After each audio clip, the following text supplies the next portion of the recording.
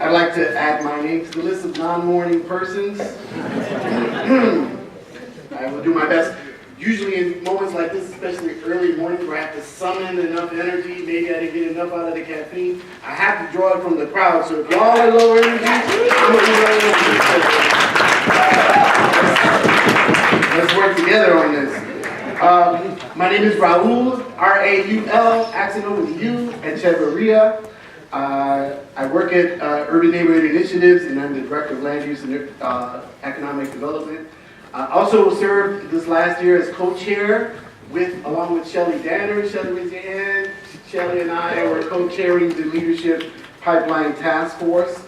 Before I get into my script, I just want to share a little bit of my journey, because I think it's important for people to understand who it is that's on the mic talking at you this morning. I don't have an undergraduate degree. I've had to learn how to do community development, I would say the easy way, which is by experience, which is trial by fire, which is go on the ground, get it done, and if you don't, dust yourself off and come back again the other day. And I feel like I have to own that narrative in my life. I've come a long way over the years to be in front of an audience like this and to be part of a process like this, that I feel it's my responsibility not just to own my narrative, but also to speak life to a thread around community development that is often overlooked in settings like this, which is sort of the non-traditional path to becoming a community development practitioner. Not one who had to study it at the university and academic level, but one who had to learn it and live it.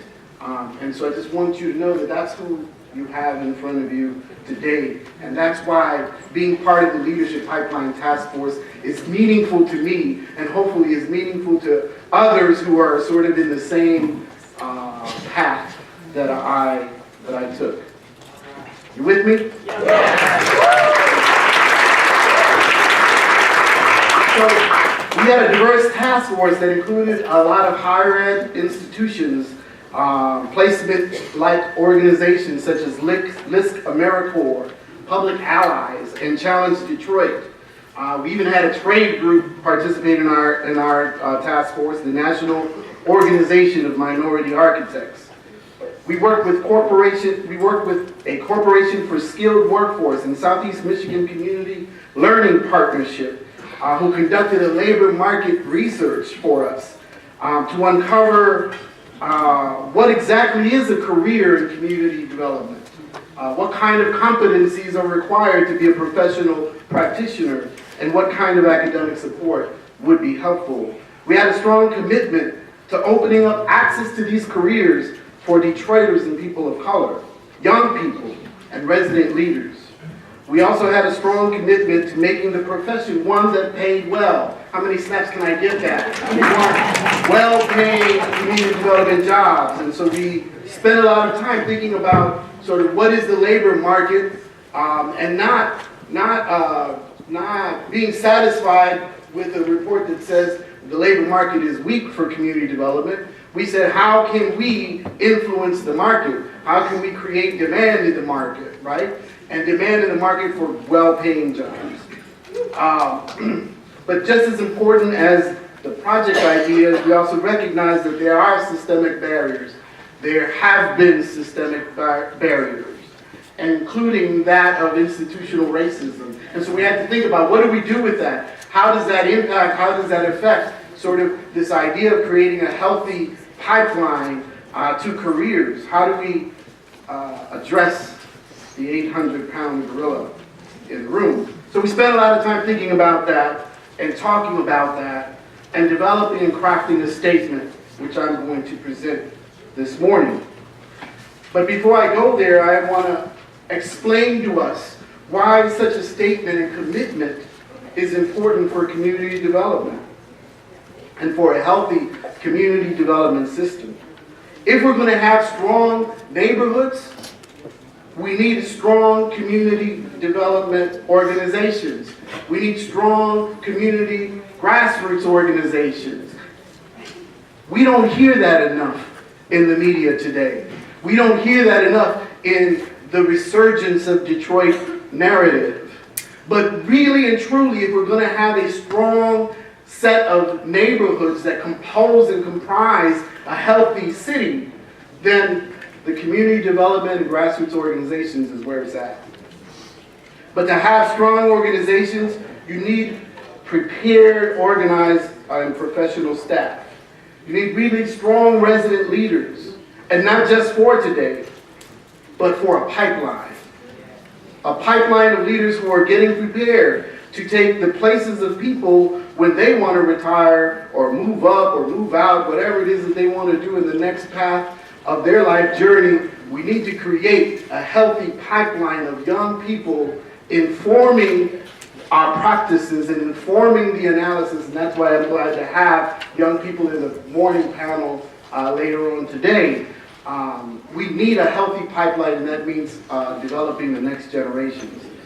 And because community development requires deep passion and commitment to the neighborhoods that are being served, we need these professionals, these leaders, to be from the very neighborhoods that the CDO is serving.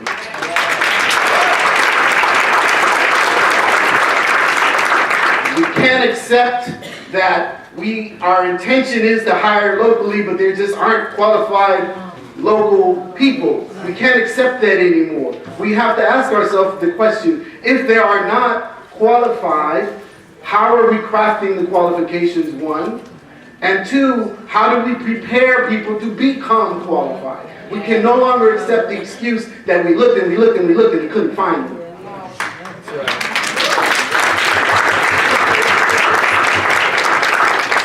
But we also recognize that first, there have been institutional barriers in our profession, many related to institutional racism. So to create a solid pipeline of community developers who are prepared to lead strong community development organizations, we knew we needed to make this public commitment.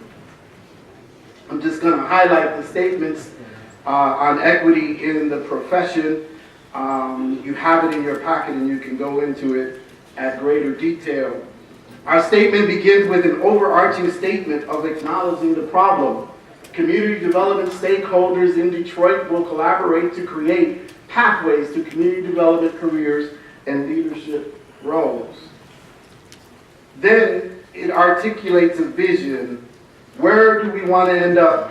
What is the ideal? Let me get my notes straight here.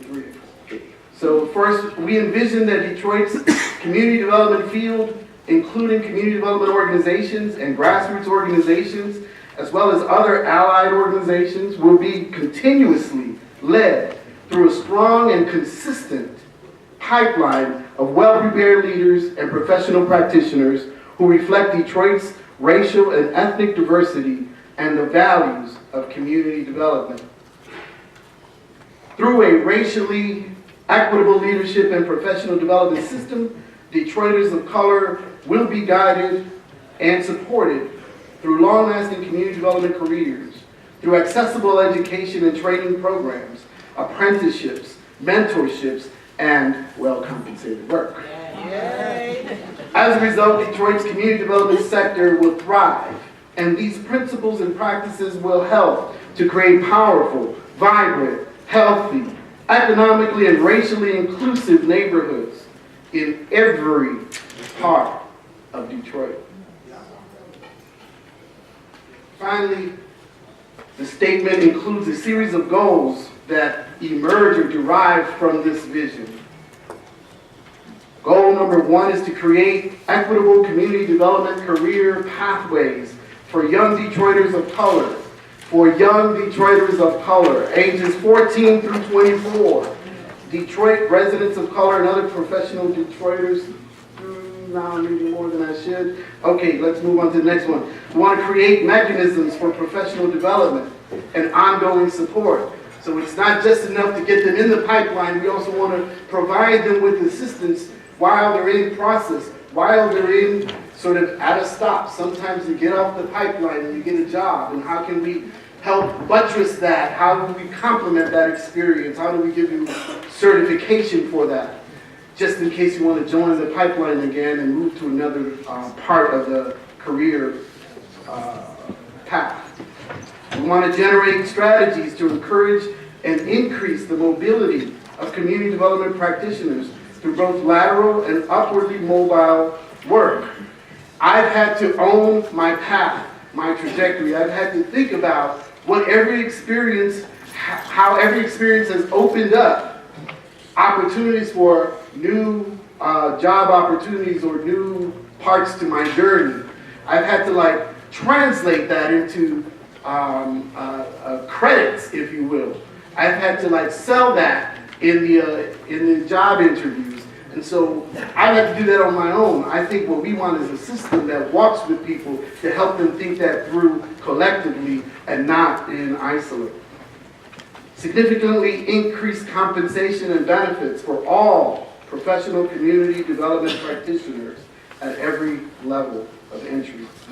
And lastly, to develop and support volunteer resident neighbor leaders of all ages. We know that sometimes the backbones to our communities are not people who want to be employed at a nonprofit, but who simply want to be called upon to lend a hand. And so how do we validate that? Not take advantage, but how do we validate that those volunteer leaders that exist in our community who just want to roll up their sleeves and put in some work?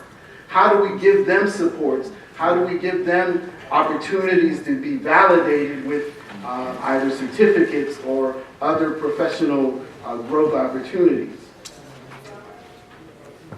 This is our statement on equity in the profession of community development in Detroit. We hope, just like every year, that you all will think about it, will reflect about it, will analyze, will critique, and will give all of that back to us so that we ourselves haven't been thinking in a tunnel or in our own silo, but that whatever informs the next phase is informed by all of us, because that's how we get to a healthy system.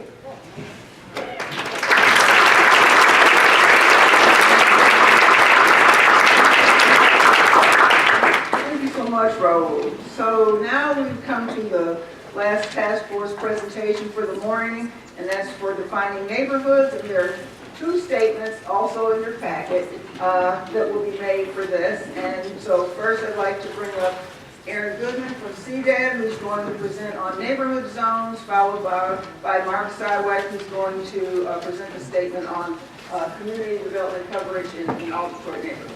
Thanks so much. Thank you. Thank you very much. Good morning, everyone. It's nice to see everyone, so many colleagues, friends, co-conspirators in this work. So just always love being in a room with all y'all, and so thank you.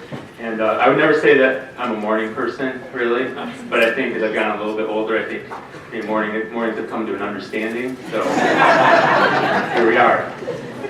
So as part of had the privilege of being part of the Defining Neighborhoods Task Force, and you can see the list of many wonderful, diverse folks who participated in that. I don't know about the rest of your task force, but I'll just say that we had a great task force, and I really want to, I wasn't on the other one, so I can't really speak for the other ones.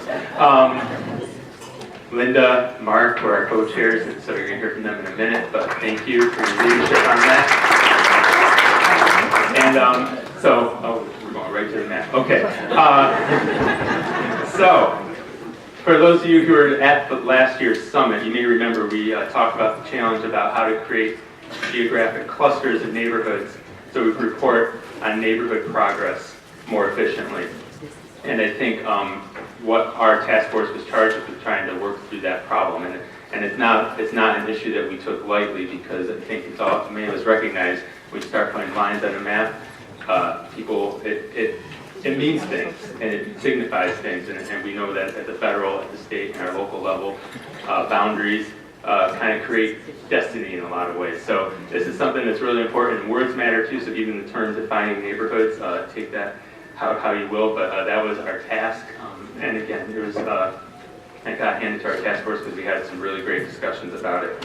But at the point, so the reason we want to cluster geographically is because we know that you know, we just recently now have 208 defined neighborhoods in the city of Detroit, and we know that that's also not necessarily an efficient way to try and report on neighborhood progress in 208 geographic areas. We also know city council districts are a little bit too big to really get to know what's going on at a more granular level. So from the feedback from last year's summit, we went ahead to start with this work on clustering, something in between. And so, you know, through that process, we worked with Data-Driven Detroit. They showed us a lot of great options of how to do this. And we worked with the Department of Neighborhoods, working again with their neighborhoods map. And, you know, we had some debates over, you know, what should we prioritize with these boundaries, council districts, existing neighborhood boundaries, census tract, because we know that's an important way of how to measure progress, a lot of things that's going to be looking at. And so, and also overlaying all that, we're going to talk about a little bit more, you know, we know that community development organizations work across many of these boundaries oftentimes, so it's not neat and tidy by any means.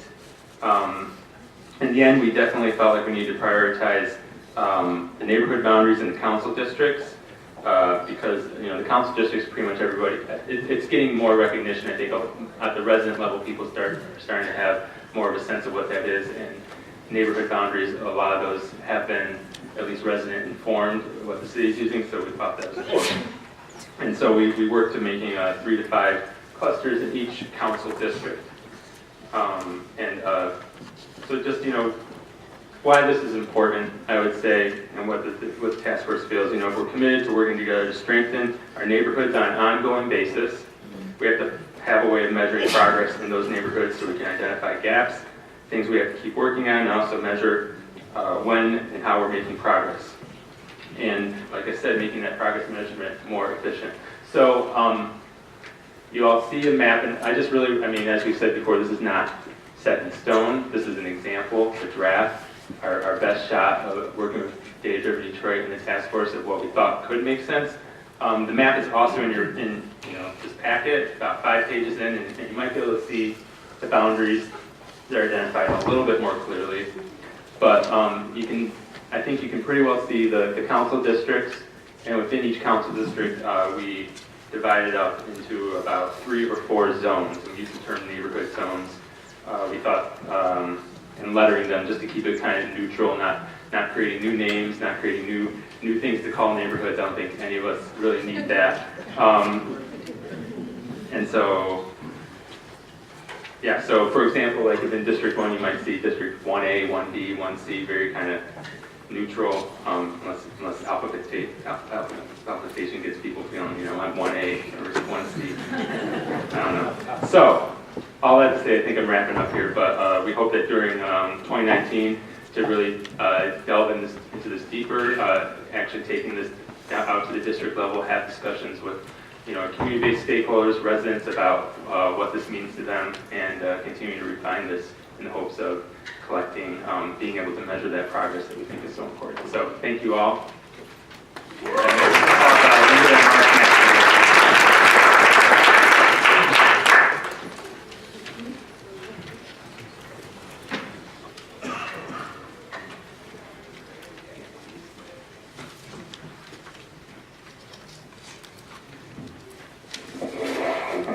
Hello everyone, I'm Mark Siwak, I'm in the City Planning Department. Everyone hear me?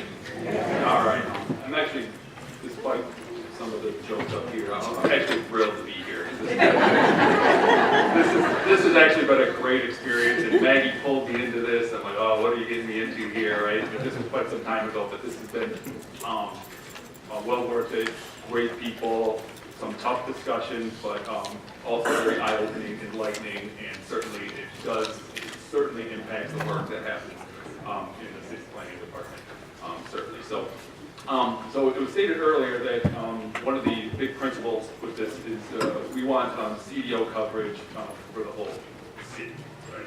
Every neighborhood needs a strong community development organization in there. So we spent a lot of time really thinking about that. And of course, when you start something like that, you gotta say, okay, well, where are we right now, right? Because people have some sense, and there's some gaps, and there's some overlaps, but really get down to nuts and bolts. And Lauren went through this enormous process of talking to 33, 35 different organizations, something like that, you know, face-to-face kind of interviews, and asking them, what are your geographic boundaries, what do you do, all of that, and really cataloging that and having a, kind of, I think this is the first time I've seen it, right? Here's a map of what the city really looks like in terms of that. And you have to start with the definition of what a CDO was as well, because there's lots and lots and lots of organizations, but there was a couple of key principles. I think the definitions are in your packet there, but real broadly, it's a professional organization. I think that was said before. Nonprofit, it's place-based. It's in the sense that, has a defined geographic focus, and it's a key facilitator in community community engagement, and it's very importantly accountable to residents. It's sustainable. It's going to be around for a while, that type of thing, and has been around for a while. And it works and partners with grassroots organizations. You're talking about the block clubs and everything like that sort of are in that particular area. So if you want to take a look at that definition, but that was kind of the basis, and we developed this map, and it's real important to note on the map, these are self-defined boundaries. There weren't any, well, that's not really true, this group really doesn't do that down there. It was, nope, this is what you said, this is what it is, right? So no judgment there or anything like that. So basically, when you start getting into this then, we came up with some process when we looked at the map. It's like, yep, there's some gaps, yep, there's some overlap, it's kind of what we, already do. But the question was, okay, what are we going to do about that, right? How do we go about that? So they came up with some basic, process around this, because we had a lot of smart people in the room, and sometimes when you have a lot of smart people in the room, it's like, okay, let's come up with a solution, right? But the good news is they were smart enough to say, well, yeah, we don't, come on, do we really have the solution for how we're going to fill these gaps or figure out these overlaps and everything like that? Because, there's a lot that would go into that. So it's like, okay, well, let's come up with a process that makes sense and sort of continues this spirit of collaboration and working together and getting everyone kind of at least on the same page with this. So the first one is, this is the goal right here, assure that community development coverage for all Detroit neighborhoods. So that's what we're really starting with here. So let's see, and then the building, the engine will guide this process that we're going to see. So there's going to be some, oversight kind of framework around this. I think that's very important, continuing this work that you've been seeing here. So here's where we get to the real fun part here, right? So CDAD, the district managers, the city council district reps will convene a series of meetings within each council district, and with the help of a neutral expert facilitator to start thinking about these, where we have the gaps, where we have the overlaps, what makes the most sense. You can see quite a bit in that statement for this process. And for the purposes of assuming community development, we have those definitions I talked about before for a CDO and a grassroots organization. And that should always be sort of used as a frame of reference. Again, grounding us and having a process around this so everyone knows what's happening here. So when there are multiple CDOs operating in the same neighborhood, the group should really clarify on what services each CDO is providing and find ways to collaborate. Just because there is overlap on a map, that doesn't mean they're doing the same thing. Some obviously, CDOs really focus on workforce development. Others are more in, other, physical things, which may mean there really isn't an overlap, but there's some good opportunity for some collaboration. And when there are no CDOs operating in the neighborhood, I think we're starting to get to the tricky one. The group should create strategies to have CDOs work to come together into that zone and find ways to collaborate. That can mean a lot of things, expanding certain borders. Maybe there's some groups that are ready to take that next step up, and what do you do to help them? So there's a whole array of things that could happen in this area, but again, it's the group and this facilitated kind of conversation which we have used throughout this process, sort of taking that and putting it, into these meetings.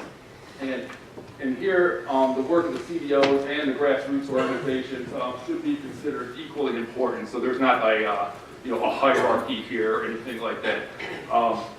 bringing everyone together, sort of like in this process where, everyone has kind of an equal voice at the table, and we listen and we debate, and sometimes we argue and all that kind of good stuff, but that's how you get solutions in the end. And it's certainly nothing coming from the top down or anything like that, or whatever the top would be defined as. So, and this one, and this is sort of really coming out of the best practices that you see. CEOs, really need to commit to define geographic boundary. Because, sometimes there is some fuzziness with this. It's really hard if you're a resident and you don't know where to go if there's not really clearly defined boundaries with this. So that's one thing that really needs to come out of this. It's, this is where we operate, and everybody knows that's, that's my CEO that I go to with this. And I think this is the real important one. So you're going to have some people locked up in rooms, thinking about things, debating things, which is great, but you have to take those recommendations and go back out to the community and present and get the feedback, and does this make sense? Do you agree? Where can we make this better? Everything like that. So once again, in the real, keeping the process very transparent, and getting everyone's feedback that wants to provide feedback. I think this is a really, really, really key part of this. So it's, no weird closed door meetings and someone, exits with the answer. You can't be having that, right? That's not the spirit of this whole entire process here. Any other slides here? Did you want to come up and say anything, Linda? Because I know you had a little bit of this, it's fun too. So. Good morning. Good morning. I am a morning person. Many of you have received telephone calls from me. In my house, they tell me do not talk. If you have something to say, save it till the afternoon. I'm a morning person, so welcome everyone. Many of you know this task force is very dear to me, being a CDO and having challenges of working in neighborhoods and asking to go in various neighborhoods. What do you do when someone wants you to come and do what you're doing in another neighborhood? So we want all of our neighborhoods to be strong. We need CDOs to be partners in all neighborhoods. But some neighborhoods have no CDO, and some neighborhoods have multiple CDOs, sometimes with overlapping or conflicting boundaries. And some CDOs occasionally work in neighborhoods that are not part of the major target area. This means that foundations, city government, and most importantly, residents end up not knowing who to work with, as Mark just stated, or what organization does what. So we need to have a solid, up-to-date database showing which CDO is dedicated to which neighborhood, what they do, who they partner with, and we need to strive to make sure every neighborhood is covered. And our task force worked on this. We didn't agree on how to approach it, but we did agree that it's important that we start at the grassroots and not leave anyone out as we're having this discussion. Right? We just don't want to see anyone stake in a neighborhood out and say, I'm going to take this over because no one on the map is working with that neighborhood. That may not be what that neighborhood wants. Do not allow anyone to come in your neighborhood unless you want them there. That's off script. We're taking after Raul. I love it. Thank you. We spent a lot of time looking at all types of maps, district. It was overwhelming. I just want to do the work, but anyway. Realized how deep the challenge was and decided we needed more time and a better way to reach the goal. Mark has already went through the recommendations, or some of the highlights that came out of our task force. We believe that in that end, this challenge needs to be solved from the bottom up. So rather than try to come up with answers, we decided it would be better to design a process to come up with the answers from within the community. And we want that process to be conducted next year. And I thought I was through, Maggie. Wow, you guys could have seen the emails we got just for this. Phone calls, paper, paper, and I'm a paper person. You just made me go the other way, whatever, with my cell phone. Working on district by district base with neighborhood, Department of Neighborhoods, elected city council. We kind of went through that. Sorry, I repeated it. I'm going by my script. So I believe that's it for this task force. We're looking for great work in 2019 to come out, because this is going to help us figure out the CDOs and how we do our work in our neighborhoods. Thank you.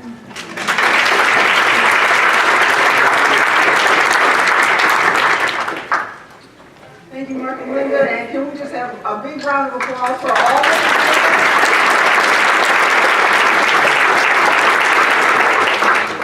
So now we're going to be able to have a little bit of a conversation, and maybe we can shed a little more light on the subject so we can all see each other. Right, yes. So before we have an opportunity to get a sense of how everyone's, taking this in, we do have a couple of questions that we want to ask of the panel and give them an opportunity to weigh in, and they will also have an opportunity to weigh in response to your questions and comments for the rest of this segment. So for this question, I'm going to initially address this to Sarita, but then would invite other members of the panel to jump in, please. So did you hear anything from the presenters this morning in terms of the principles and values that you think are both critically important to building an effective community development system, but also challenging to achieve? It has to be both. With that intersection, right? There was a lot. I just leaned over to Mark and said, I don't really know what I'm up here to say. I'm the only one that didn't present. I should have known you'd start with me first. To the first part of the question, I guess it does speak to both anything that I heard that's critically important, but that could be potentially a challenge. With respect to critically important, I have to reiterate Linda's point and some of the other speakers. This work has to start with residents. Residents have to be giving us the voice and the information about what they want to see happen in their neighborhood. We need to be working with residents as we are talking about a pipeline and developing and creating leadership. I hesitate to say that might be challenging, but I guess I have to just be honest. I always say, and I am pretty candid and honest.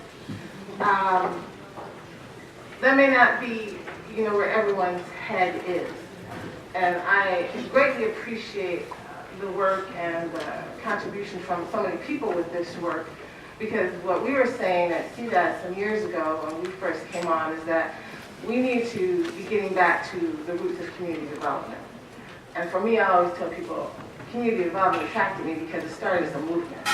It started with people. It started in neighborhoods. It was a vehicle by which people were taking the control over their neighborhoods and what they want to see happen.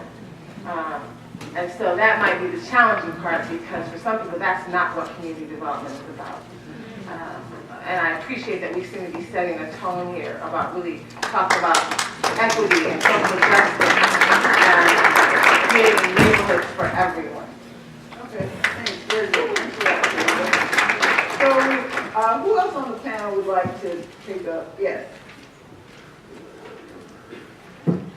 Very good. Hello, my name is Emmanuel Sabine, and I'm a youth panelist